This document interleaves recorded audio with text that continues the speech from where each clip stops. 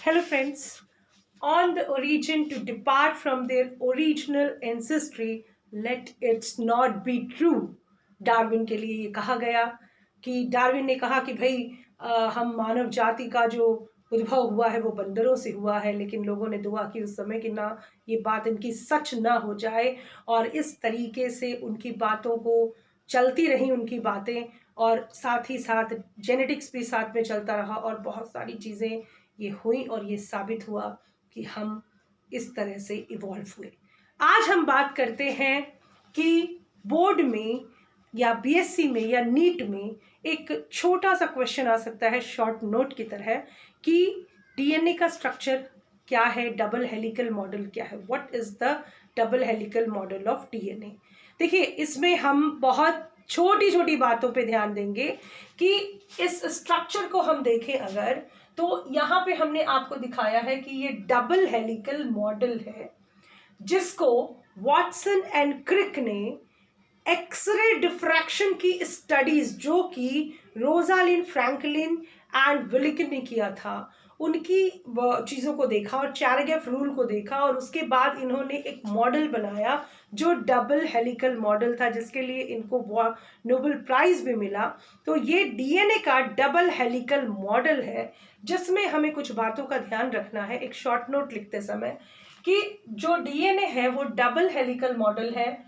ये 5 प्राइम से 3 प्राइम और 3 प्राइम से 5 प्राइम, यानी इसमें 2 स्ट्रैंड्स काम करेंगे, और ये दोनों जो हैं वो एंटी पैरेलल होंगे।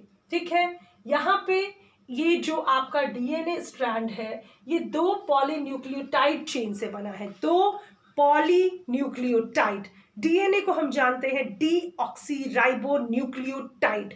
डीऑक्सी क्यों? क्योंकि शुगर के मॉलिक्यूल में उसमें क्या होता है, सेकंड पोजीशन में ऑक्सीजन नहीं होता है, इसलिए हम वहां एक शब्द यूज करते हैं डी। डी शब्द का अर्थ होता है बिना, तो डीऑक्सी न्यूक्लियोटाइड की हम बात करते हैं। अब चूंकि न्यूक्लियोटाइड क्या होता है, it is made up of, ये कैसे बनता है, sugar plus phosphate, phosphoric acid या फॉस्फेट, एंड आपका नाइट्रोजिनस बेस। और ये नाइट्रोजिनस बेसिस जो होंगे वो प्यूरीन्स एंड पिरिमिडीन्स में डिवाइडेड होंगे, और प्यूरीन जो होता है वो एडिनिन एंड गुआनिन होता है, और पिरिमिडीन जो होता है वो साइटोसिन, थाइमिन एंड यूरेसिल। चूंकि हम डीएनए की बात कर रहे हैं तो हम यहाँ पे थाइमिन की बात करेंगे।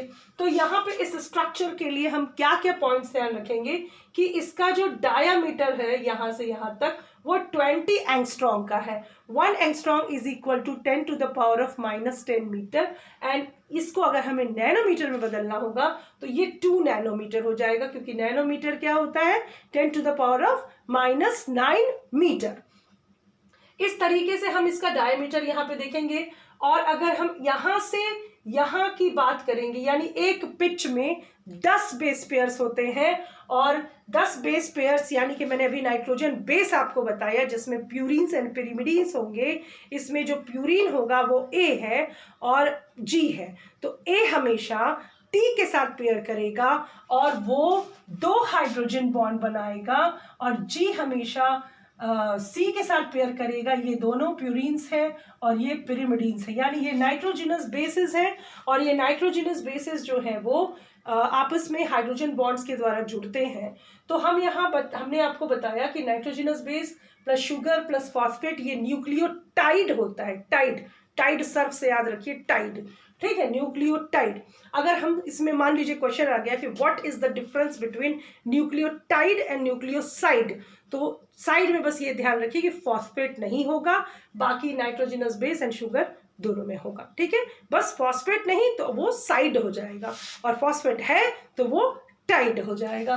तो हम यहाँ पे देख रहे थे कि वॉटसन एंड क्रिक ने जो डबल हेलिकल मॉडल दिया था वो 10 बेस पेयर को एक पिच कहते हैं, और एक पिच 10 न्यूक्लियोटाइड से बना होता है, जिसमें 1 टर्न, इसको एक 1 टर्न कहा जाता है। और इसकी जो लेंथ हम देखेंगे वो 34 एंगस्ट्रॉम की होती है। अगर हम नैनोमीटर में बात करेंगे तो ये 3.4 नैनोमीटर होगा।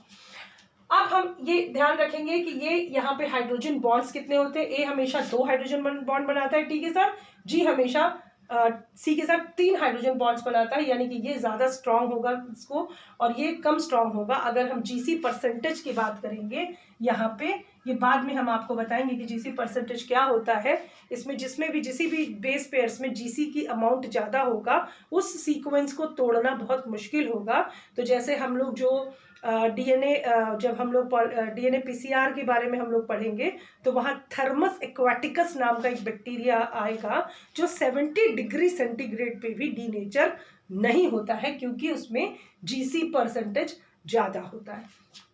तो हम यहाँ बताएंगे पॉइंट्स अपने कि स्ट्रक्चर ऑफ डीएनए बनाने के लिए कि मॉडल वाटसन एंड क्रिक ने दिया था, चैरेगेव रूल को आधार बनाया था, एक्सरे डिफ्रैक्शन जो कि विलिकिंस एंड रोजालिंड फ्रैंकलिन ने दिया था, उनको आधार बना के इन्होंने ये मॉडल दिया था जिसका डायमीटर 20 एंगस्ट्रॉम है। इसका 1 पिच इज इक्वल टू आपका 10 न्यूक्लियोटाइड्स है और इस पूरे इसको 1 टर्न कहा जाता है। यहाँ से यहाँ 34 एंगस्ट्रॉम यानी 3.4 नैनोमीटर और दो बेस पेयर्स की दूरी जो है वो 3.4 एंगस्ट्रॉम या 0.34 नैनोमीटर होता है। और इसमें प्यूरीन हमेशा पिरिमिडीन के साथ बॉन्डिंग करता है और जिसमें कि हमने आपको बताया कि ए हमेशा टी के साथ बॉन्ड करेगा, जी हमेशा सी के साथ बॉन्ड करेगा और इसकी जो डायरेक्शन होगी वो एंटी पैरेलल, ठीक है। ये अगर इस डायरेक्शन में है 5 प्राइम से 3 प्राइम तो इधर से ये इस तरफ चलेगा, तो ये एंटी पैरेलल डायरेक्शन होता है। और आपके शॉर्ट नोट्स के लिए या अगर 1 नंबर में आए तो आप इसमें केवल यही पूछा जाएगा कि किसने दिया या इसके डायमीटर कितना होता है या दो बेस पेयर के बीच की दूरी कितनी होती है या एक पिच कितना होता है या एक टर्न कितना होता है, ठीक है। तो ये सारी बातें इन जीस्ट आपको मैंने बता दी है।